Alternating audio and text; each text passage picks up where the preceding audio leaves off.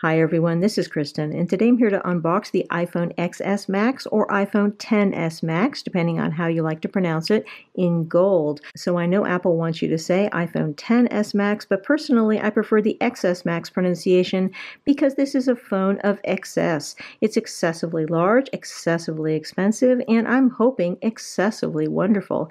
Let's get this unboxing started and see what we've got. So this year I decided to go with gold after choosing silver for the 8 Plus and space gray for the 10. Opening up the box here, first off I want to say how impressed I am with the box artwork. This looks very, very nice on here, much prettier than iPhone boxes in recent years.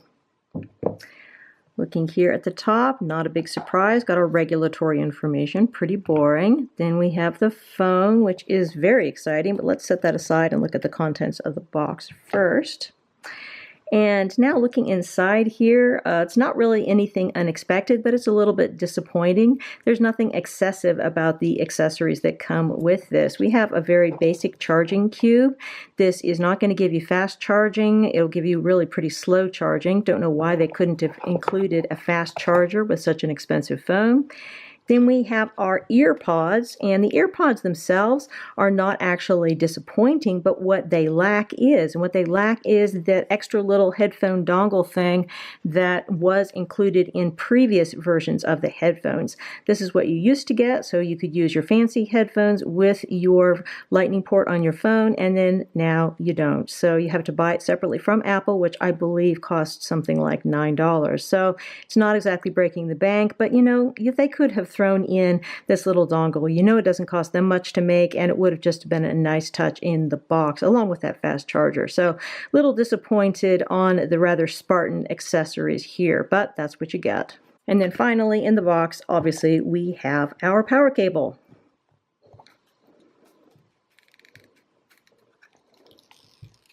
So I just did a quick manual setup so that we could see the screen, and oh my goodness, it is just so beautiful, so bright, and covers, as you can see, basically the entire front of the phone. There's the most minimal of bezels running around here. Once you put a case on this thing, you're not going to see any kind of bezel at all, I don't think. This is just a beautiful, beautiful screen, completely maximizes the size of the phone. Absolutely beautiful. In terms of the sides, really love the look here of our gold stainless steel. Looks very high-end, much prettier than the aluminum sides on the iPhone 8 Plus.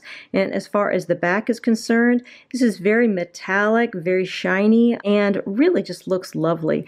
I think that the version of the gold on this is so much nicer than the one that they used for the iPhone 8 Plus. I was not a fan of that gold, but this gold, oh yes, very, very nice indeed. So the big question that I had when I decided to spring for the Max version of this phone was whether it was going to be too big. And actually, after having this in hand, I would say no, particularly if you are used to using a plus size phone. So if you look at this in comparison to the iPhone 8 Plus, you can see that the iPhone 8 Plus is actually wider and a little tiny bit taller. The only area in which this is larger than your iPhone 8 Plus is that it's a teeny tiny bit thicker. But honestly, I don't see it when I look at them side by side.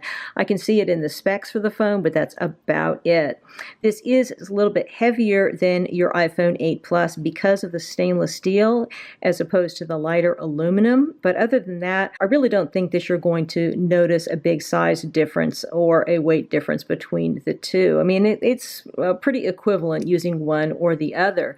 Now, if you are a user of an iPhone 10, well, the difference between that and your XS Max is going to be a little bit more noticeable. So the iPhone 10 is a great size, very pocketable and all that. I've really loved using my iPhone 10, and obviously the XS is the same size as your iPhone 10.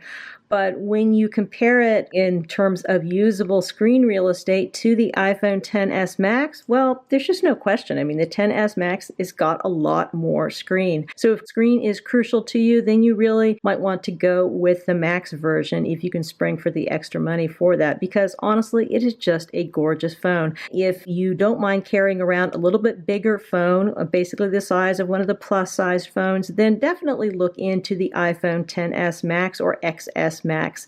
I think it's a great phone and you're going to be happy with it. I know that I'm really happy that I decided to go to the Max.